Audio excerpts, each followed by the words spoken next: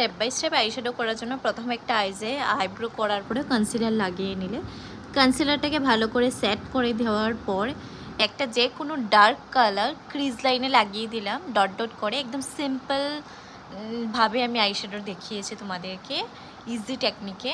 ওই আইশ্যাডো ওই কালারটাকে ভালো করে ব্লেন্ড করে উপরে একটা লাইট কালার ইউজ করলাম, তারপরে আরও উপরে আরেকটা লাইট ইয়েলো শেড ইউজ করলাম।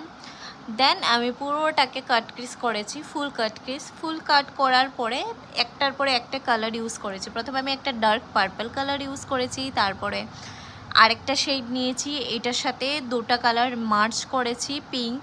অ্যান্ড তারপরে একটার পরে একটা কালার নিয়েছি, রেড, অরেঞ্জ, ইয়েলো।